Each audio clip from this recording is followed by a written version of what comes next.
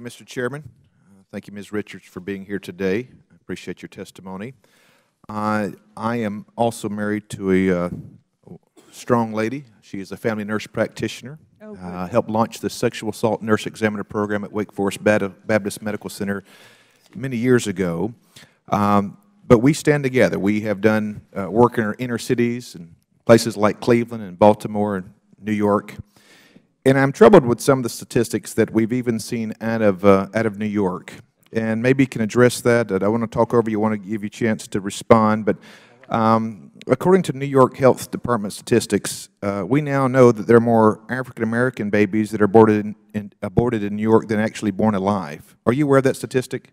I'm not aware of that statistic. Okay. If that is correct, would that concern you? Because obviously Planned Parenthood has more clinics in New York State than any other state. Actually, that's not true. We do not. What is the #1 leading state that you have?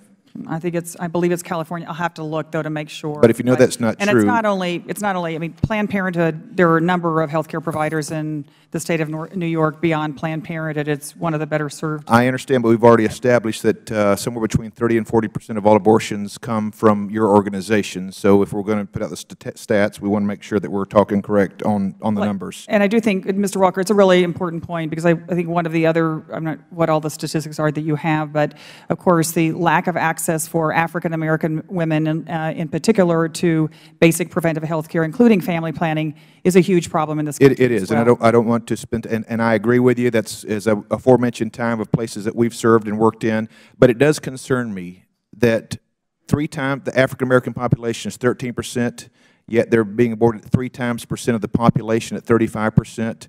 That should concern all of us. I'm sure it concerns you as well. I do have a specific question regarding the $32 million that's sent overseas. Does Planned Parenthood send any funds to the Democratic Republic of Congo?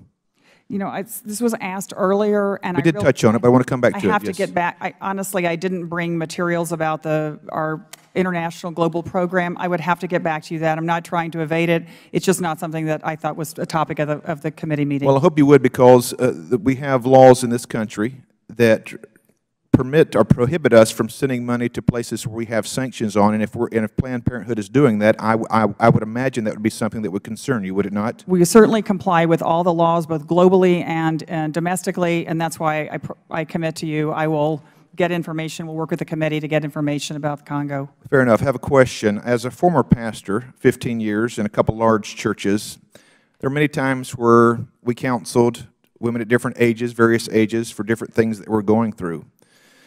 Sometimes 15, 20, 25 years later, after going through an abortion, there was still some struggle there. I don't disparage these women for making tough choices. As you've talked about, many have come from underprivileged communities, didn't even feel like they had options.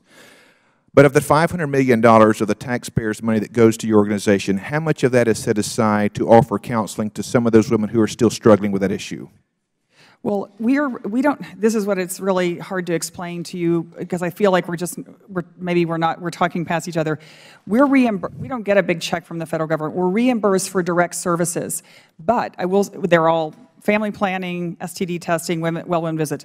I will say, though, one area I think you and I might agree, I would love in this country if we would fully fund, for Planned Parenthood or anywhere else, comprehensive counseling services for women on a whole host of issues. It is very underfunded, and it is really important to us as well, because we do counseling with women every single day. I understand that, and I agree that there are some legitimate services offered, but this is something that I saw for 15 years. So of the $1.3 billion in revenue, even if it doesn't come from taxpayers, how much of that is set aside to offer these services of women who are seeking counseling? We counsel, I don't know how, I could get the numbers for you. We counsel women and young people and men every single day at Planned Parenthood health centers all across the country, and most of it, as you probably know, is uncompensated care.